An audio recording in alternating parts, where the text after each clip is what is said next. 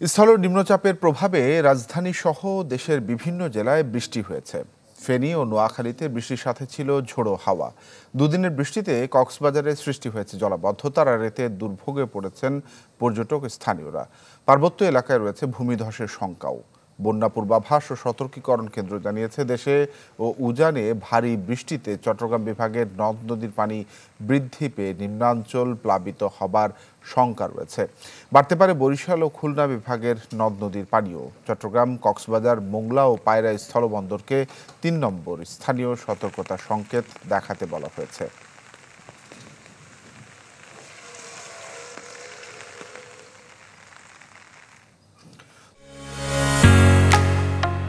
ঢালাইয়ের সেরা premier cement.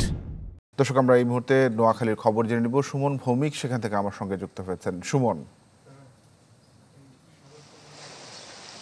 নোয়াখালীতে আসলে গতকাল সন্ধ্যার পর থেকেই কিন্তু মাঝারি, হালকা এবং কি শেষের দিকে কিন্তু ভারী বৃষ্টি হয়েছে, যেটি এখনো পর্যন্ত চলমান রয়েছে। একেবারে ভোর থেকে মধ্যখানে একটু কমেছিল গতকাল ভোরের দিকে, তারপর থেকে আবার শুরু হয়েছে। এখন ভারী বাতাসও কিন্তু হয়েছে, এর মধ্যে বজ্রপাত হয়েছে বেশ কিছু। তবে সকালে দেখলাম, যেটি শহরের মধ্যে এসে দেখলাম যে যেসব জায়গাগুলোতে গত বেশ কিছুদিন পর্যন্ত জলাবদ্ধ ছিল শহরের মধ্যে সড়কগুলো, সেগুলোর মধ্যে আবার পানি কিন্তু জমতে শুরু করেছে। আমরা খোঁজখবর নিয়েছিলাম যে হাতিয়ায় ৬-৭টি ট্রলার, মাছ ধরার ট্রলার ডুবে গেছে। এরকমটি আসলে অসমর্থিত সূত্রে অনেকে আমাদেরকে জানিয়েছেন। এর মধ্যে ৬-৭ জন জেলের নিখোঁজ রয়েছে, এতটুকু আমাদেরকে ওখানকার অনেকে যারা সোর্স রয়েছে তারা জানিয়েছে। তবে প্রশাসন থেকে সঠিক কোনো তথ্য এখনো পর্যন্ত দিতে পারেনি। এছাড়া বৃষ্টি কিন্তু অব্যাহত রয়েছে। এতে শঙ্কা দেখা দিয়েছে যে গত এক মাস পর্যন্ত যে জলাবদ্ধতা, এই জলাবদ্ধতার কারণে যাদের ভিটে মাটি রয়েছে, মাটির ভিটে রয়েছে, সেগুলো হয়তো নিচ থেকে সরে যাবে এবং বাতাস যদি বৃদ্ধি পায় সেক্ষেত্রে কিন্তু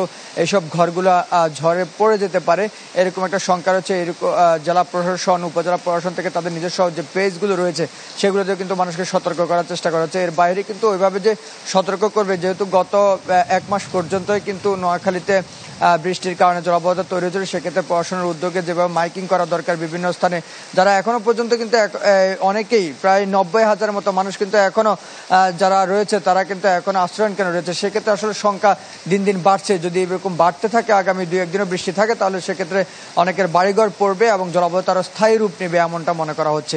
এ ছিল নোয়াখালী থেকে সর্বশেষ খবর। জি সুমন, ধন্যবাদ আপনাকে। দর্শক, ইতিমধ্যেই ফেনী থেকে আমাদের আরেক সহকর্মী সেখানকার সার্বিক পরিস্থিতি জানাতে দিলদার হোসেন আমার সঙ্গে যুক্ত হয়েছেন। দিলদার, কি খবর থাকছে ফেনীর? সার্বিক কেমন খবর? কিছুদিন আগে বন্যা আক্রান্ত ছিল, এখন সার্বিক পরিস্থিতিটি কেমন?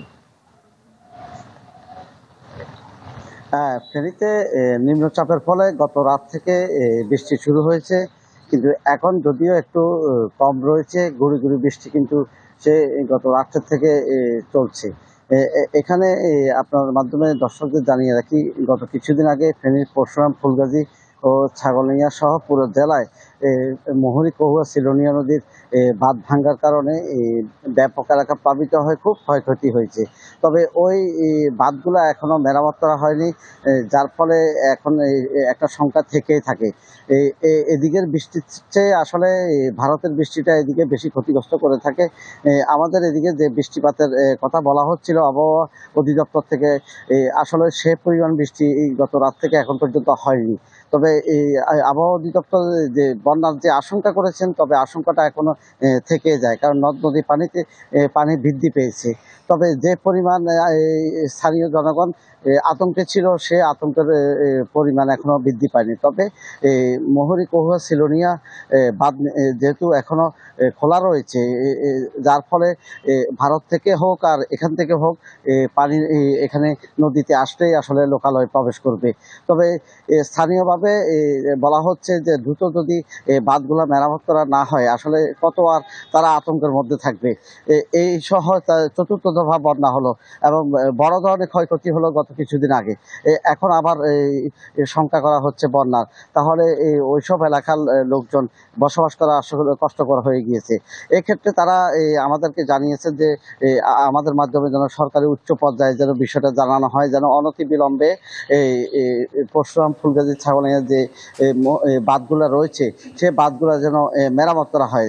এতে করে এই আতঙ্কের থেকে তারা রক্ষা পাবে এবং হাজার হাজার কোটি টাকা ক্ষয়ক্ষতি হচ্ছে, তাতে ওর থেকে রক্ষা পাবে।